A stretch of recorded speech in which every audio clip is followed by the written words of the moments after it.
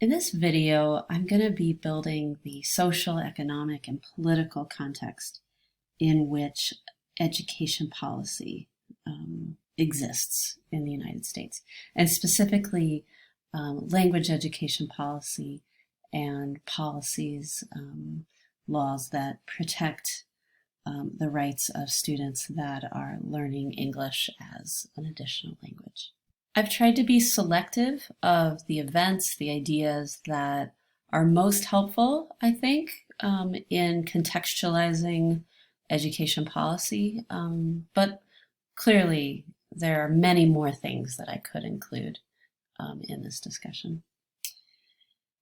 I want to start actually by sharing with you a quotation. This is from a book called Whose History? By Linda Simcox. It was written in 2002, and it's an amazing read.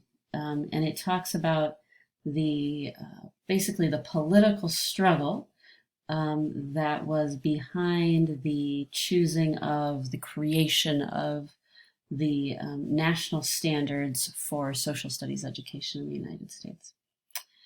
And so Linda Simcox shares this idea. She says, over the decades, curricular scholars and educational historians have identified cyclical patterns that reform movements have historically followed. Successive waves of curricular reform periodically wash over the American educational landscape in response to intellectual, social, and political events. The standards movement of the 1980s and 1990s is but the most recent of these recurring waves of reform. Usually, reform movements begin as responses to a perceived threat, and usually they reflect shifts in the political climate. For example, liberal eras such as the 1930s and 1960s focused national attention on child-centered curricula and educational equity, while conservative eras such as the 1890s and 1950s focused attention on the nation's struggle for economic or military survival, and therefore on how students can be taught to meet those challenges. And so I hope that this frames not only this video, but also your work at looking at what are these cyclical patterns, what seems to trigger them, and what seems to essentially happen within them, and are we making progress in a sense at moving out of some of these cycles or not? Okay, so let's get started.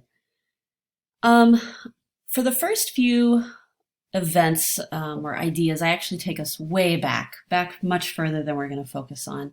But these are some pretty foundational elements in our history that contextualize a lot of the work going forward. So 1868 was the passage of the 14th Amendment to the Constitution. This was passed in the wake of the Civil War and originated in the response to having all these former slaves needing to be awarded citizenship. And so the 14th Amendment, the main provision of it states this: all persons born or naturalized in the U.S. and subject to the jurisdiction thereof are citizens of the United States and of the state wherein they reside. And so that portion was to bring former slaves into, theoretically, the full awarding of citizenship. Now, as we know, that happened, though the law said that did not actually happen in reality. The law goes on to state, the amendment, no state shall make or enforce any law which shall abridge the privileges or immunities of citizens of the United States, nor shall any state deprive any person of life, liberty, property without due process of law, nor deny to any person within its jurisdiction the equal protection of the law. And so as we move through this timeline, you're going to notice over and over again how future laws, court cases draw on this amendment for their legitimacy. Now let's jump forward to 1896, so almost the turn of the century. And the court case is Plessy versus Ferguson. And this case came out of the very deliberate and courageous actions of a man named Homer Plessy. Plessy was, interestingly, so he was 1/8 black and 7/8 white. And this in the Deep South meant he was a black man. And so he purposely sat in the wrong train car in a train in Louisiana as a way of strategically challenging this law. It went through the different levels all the way up to the U.S. Supreme Court, and there the Supreme Court upheld the idea of separate but equal, saying that forcing African Americans to, for example, sit on a different segregated train car was not, in fact, a violation of the 14th Amendment. And so this case, this decision, paved the way for even more Jim Crow legislation and the realities of segregated bathrooms and buses and schools. So let's move forward in time now, about 30 years. So the First World War has come, it's gone. At this time, individuals who want to go to college need to take entrance exams specific to each school. And so this is proving to be somewhat onerous because people need to travel to go to these schools. So a consortium of colleges in the Northeast was formed in the early 1920s. You may have heard of them, the College Board. So they took on this project of creating a nationally administered and uniform test. And so what is the SAT was born in 1926. And here is one of the questions from the original test. A donkey pelt is worth 18 cents fresh, 7 cents rotten.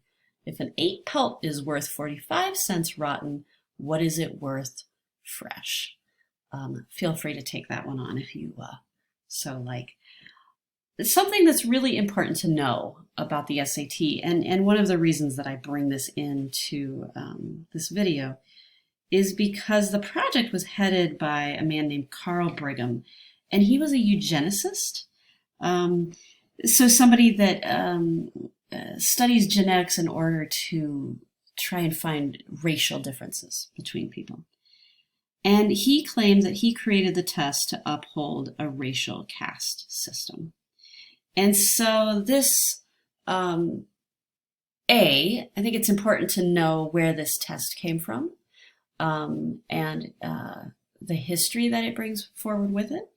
But also I think this sort of helps set the scene of what sorts of ideologies were ripe, for lack of a better word, in the early 1900s and leading all the way up into the Second World War. Okay, so now we're going to scoot forward to examine in more detail the focus, really, the last 60 years of U.S. history. And this is a period of time that richly illustrates these cyclical patterns that Simcox describes, and which puts into context the educational environment that we find ourselves in today, in 2020. So, both the Great Depression and World War II have passed.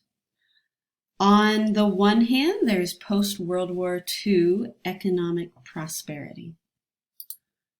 Unfortunately, on the other hand, the Cold War has just started. It ends up lasting nearly 50 years. And though the Soviet Union and the United States never openly attack each other, in reality, they fight each other in proxy wars around the globe, most notably the Vietnam War.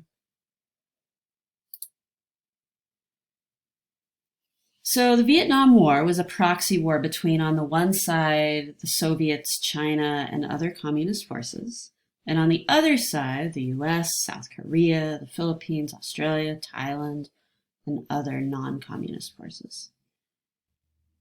Something that I learned recently In Vietnam, this war is called the Resistance War against America, or sometimes also called the American War, which puts into interesting perspective